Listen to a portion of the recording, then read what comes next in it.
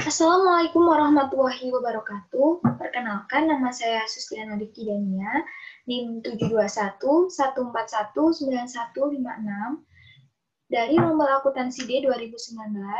Di sini saya akan menjelaskan materi Sistem Informasi Manajemen bab 3, yaitu menggunakan teknologi informasi dalam perdagangan elektronik. Sebelumnya, apa sih perdagangan elektronik? Nah, perdagangan elektronik merupakan penggunaan jaringan komunikasi dari tiap komputer untuk melaksanakan proses bisnis.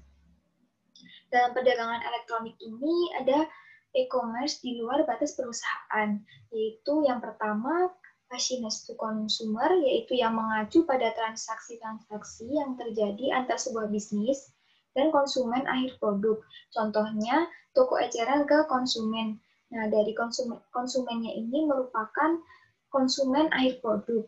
Yang kedua, business to business yang mengacu kepada transaksi antar bisnis di mana tidak ada yang menjadi konsumen akhir.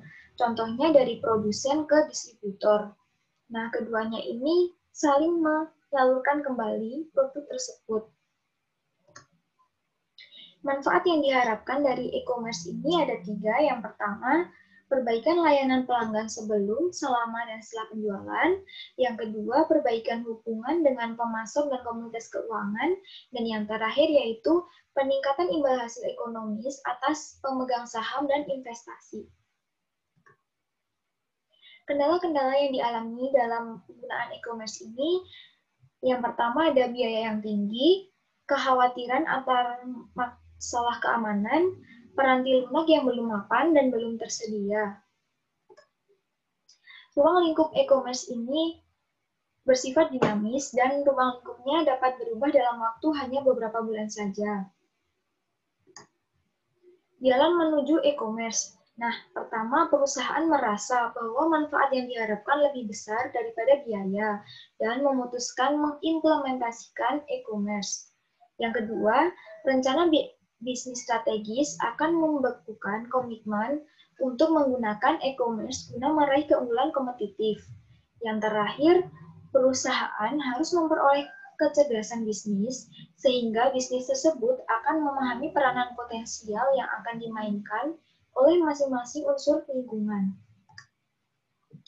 Yang selanjutnya mengenai intelijensi bisnis, yaitu sebuah aktivitas pengumpulan informasi mengenai unsur-unsur di dalam lingkungan yang berinteraksi dengan perusahaan.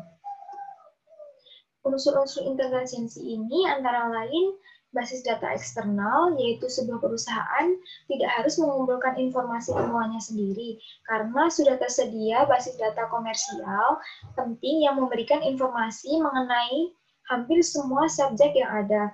Contohnya www.lexisnexis.com, yaitu untuk mendapatkan informasi hukum, keuangan, dan pemerintah dari berbagai macam sumber. Sedangkan mesin pencari yaitu sebuah program komputer khusus yang menanyakan satu kata atau kelompok kepada pengguna untuk dicari, contohnya Google maupun Yahoo. Strategi e-commerce dan sistem interorganisasional. Strategi yang paling disebut adalah strategi di mana unsur-unsur yang ada dikaitkan dengan transmisi data elektronik.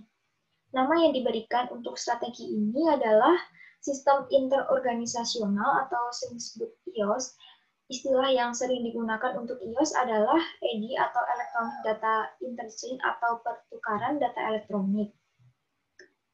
Manfaat IOS antara lain efisiensi komparatif. Para sekutu dagang dapat memproduksi barang dan jasa dengan tingkat efisiensi yang lebih tinggi dan dengan biaya yang lebih rendah kepada para pelanggannya. Efisiensi komparatif ini ada 2 macam. Yang pertama, efisiensi internal dan efisiensi interorganisasional. Selanjutnya mengenai kekuatan penawaran. Kemampuan sebuah perusahaan untuk menyelesaikan perselisihan dengan para pemasok dan pelanggannya demi keuntungan perusahaan itu sendiri. EDI dan extranet. EDI atau yang sering disebut Electronic Data Interchange ini terdiri atas transmisi data langsung komputer ke komputer dalam suatu format struktur yang dapat dibaca oleh mesin. Sedangkan extranet ini merupakan cara lain untuk membuat IOS Cara ini memungkinkan dibaginya informasi berbasis komputer yang bersifat sensitif dengan perusahaan lain dengan menggunakan teknologi informasi yang pada umumnya terhubung ke internet.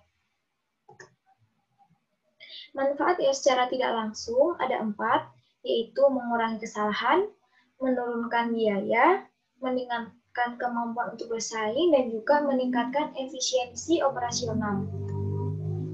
Strategi B2C untuk e-commerce, yaitu ada 2 alasan pentingnya.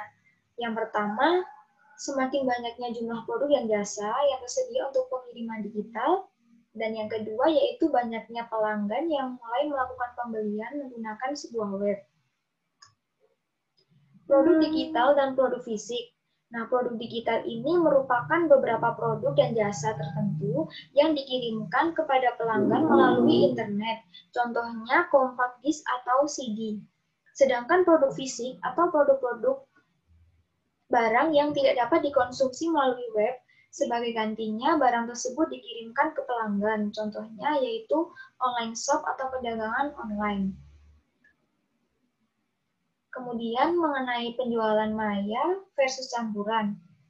Penjualan maya atau virtual sales yaitu penjualan yang dilakukan oleh perusahaan tetapi tidak mengoperasikan tempat penjualannya fisik. Nah, yang kedua penjualan campuran atau hybrid sales yaitu sebuah penjualan yang memiliki tempat penjualan secara fisik dan juga web. Pemerintahan elektronik yaitu pembayaran PLN secara online. Langkah-langkah e-commerce selanjutnya, yaitu perdagangan bergerak menggunakan telepon seluler untuk melakukan e-commerce nirkabel. Telekomunikasi generasi ketiga digunakan untuk teknologi-teknologi nirkabel yang mampu memindahkan data. Selanjutnya, nirkabel berkelas bisnis di semua tempat hotspot untuk mengakses internet dimanapun berada. Komunikasi nirkabel yang kecepatannya cukup memadai melalui jasa penyedia komunikasi dengan telepon seluler memungkinkan terciptanya komputasi nirkabel berkelas bisnis di semua tempat. Yang selanjutnya, penggunaan internet. Nah, internet ini merupakan jaringan komunikasi global yang menghubungkan jutaan komputer. Dan WWW atau World Wide Web merupakan kumpulan komputer yang bertindak sebagai server isi kandungan yang menyimpan dokumen yang memungkinkan melihat isi berupa teks, grafik, maupun video. Nah, aplikasi bisnis internet ini ada e-commerce dan manajemen rantai pasokan rumah sakit dan juga aplikasi retail. Dapat internet pada bisnis mendatang. Nah, e-commerce B2B tidak berdampak pada pelanggan, tetapi harga yang lebih rendah dan layanan pelanggan yang lebih baik yang dimungkinkan oleh B2B adalah hal yang membuat organisasi bisnis lebih kompetitif. Sekian presentasi dari saya, kurang lebihnya mohon maaf. Terima kasih. Wassalamualaikum warahmatullahi wabarakatuh.